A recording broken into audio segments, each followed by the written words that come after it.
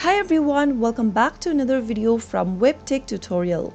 In today's episode, I'm going to be showing you how to log into your Janitor AI account. So without wasting much of our time, let's dive into the video. First of all, open a web browser and go to the URL box and type in janitorai.com and press enter on your keyboard. Once you end up in the official site for Janitor AI, click on the login button at the top right corner. In the login page, you may go ahead and choose any one option to log in with. You can choose to log in with Google account, Twitter account, or with your Discord account. Also, if you want to log in with email and password, simply go ahead and type in your email address in the first text box associated with Janitor AI account. Once you are done with it, go to the next field and type in your password for Janitor AI that you selected while registering for the account. If you don't remember your password for Janitor AI, click on the Forgot Password link and follow through the password reset process. After you are done filling in both of the boxes, click on Login and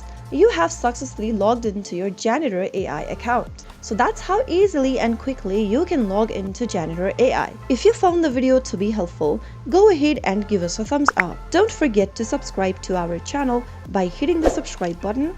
Also press on the bell icon so that you'll never miss another upcoming upload from us. I will be back again with the next video. Thank you for watching.